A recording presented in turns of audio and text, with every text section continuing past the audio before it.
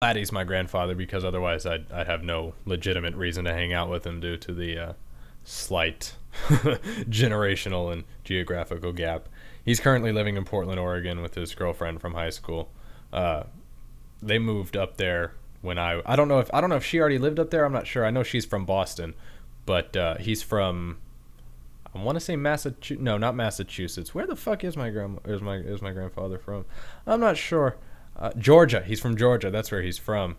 And yeah, they moved up there when we were living in Portland, or they moved up there when we were living in Southern Oregon.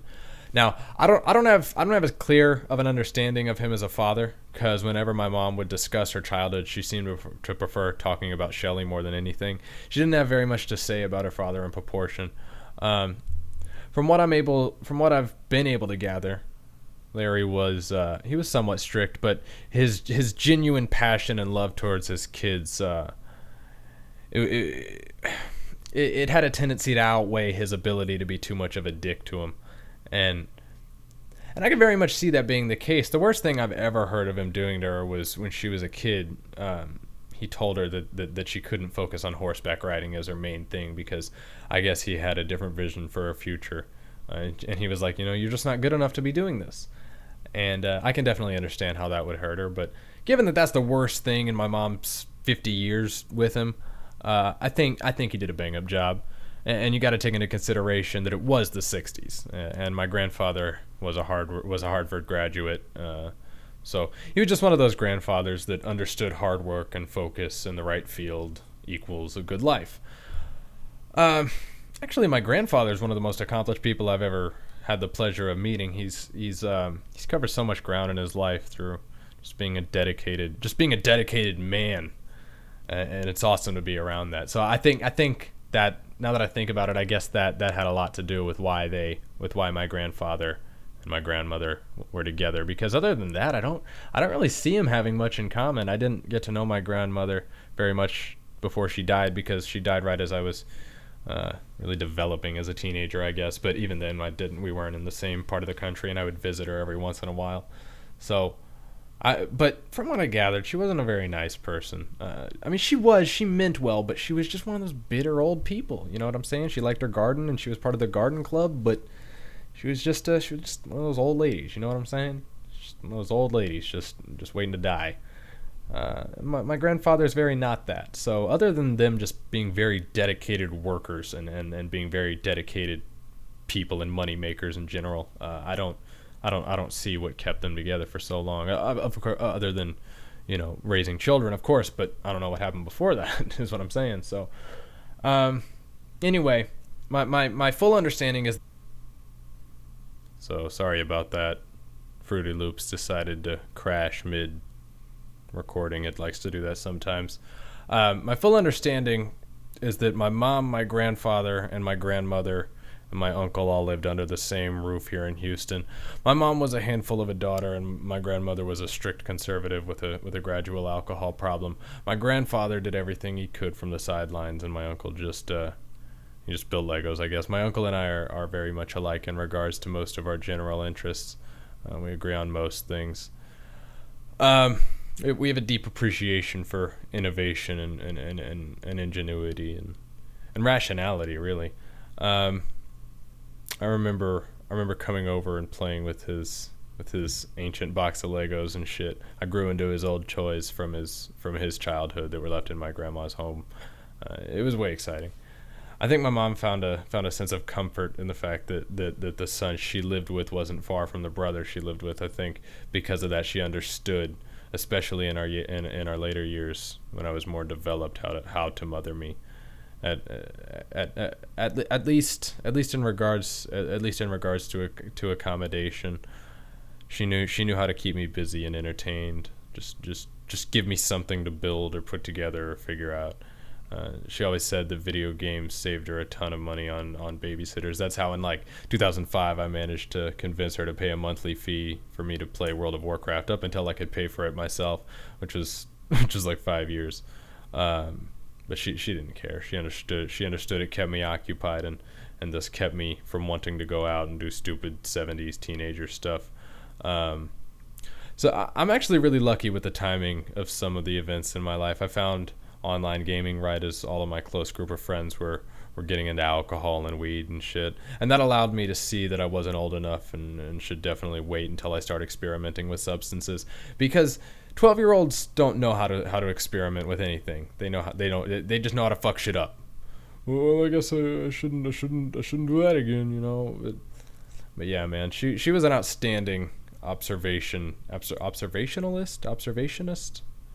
She was just tormented in the sense that she never knew how to focus.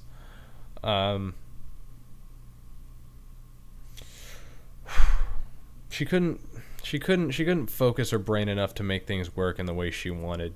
She knew damn well the quickest route to success in anything she wanted to do, but it was like that route was like 1,000-foot tightrope. It was like 1,000 feet in the air because nobody ever sat her down and taught her how to walk until it was too late. But she knew her situation and she knew how to make it not that way, and tried her best to make sure that was the case for her children. And let me explain why it is that I say that. I'm supremely efficient when it comes to either morphing and modifying or adapting to situations in ways that create the outcome that I desire. You could call it manipulation, but my peers have demonized that word for me. Teachers and counselors, they made it a negative thing. These people use that word against me when I would get in trouble. But now that my mom is gone, I get to say this stuff because I promised her I wouldn't during her lifetime. She supported me when I would pull shit off in school. If I did something stupid and got caught, I would receive, proper motherly punishment. But if I did things and they were only able to catch me on a fraction of it, she'd help me out and tell me what I should have done and what I should have done to make it work. My mom was smart. She was very she knew from a very early age that I was going to be okay for the rest of my life. She understood that I'm able to sustain my own existence under most circumstances that I'll run into in America. So she didn't give a fuck about the academic part of school after I got the base skills needed that would allow me to go out and gain knowledge on my own. After that, she used school as a training ground. School kids are like crash test dummies when it comes to learning and observing how we work at a primal level, because kids are still building that barrier, that mask that everybody makes for when they leave the house and go grocery shopping or whatever. Because of the fact that they're still in construction, you get to have a peek and see what's clanking around in there, and to be able to have a tangible grasp on what's making a person tick, which with kids is by no means a difficult task, especially early on. That knowledge is incredibly powerful. Sounds malicious, and I'm not that guy, but it's valuable. And once I fully understood that, which was in grade school, I always got to stay 2 steps ahead of everyone else, at least in my class. And because of that, I always felt like a spy, because that feeling, I don't know, that feeling of being a spy was cool as a kid, and you wanted to keep it. But that feeling of being a spy and on a mission, it was slowly, but I guess inevitably, consumed by just my perception. Sort of the way you step into someone's house and if you step into someone's house you've never been at and it smells funky, but eventually you adapt and you get used to it and you don't notice it anymore. This is like the same deal. Sorry,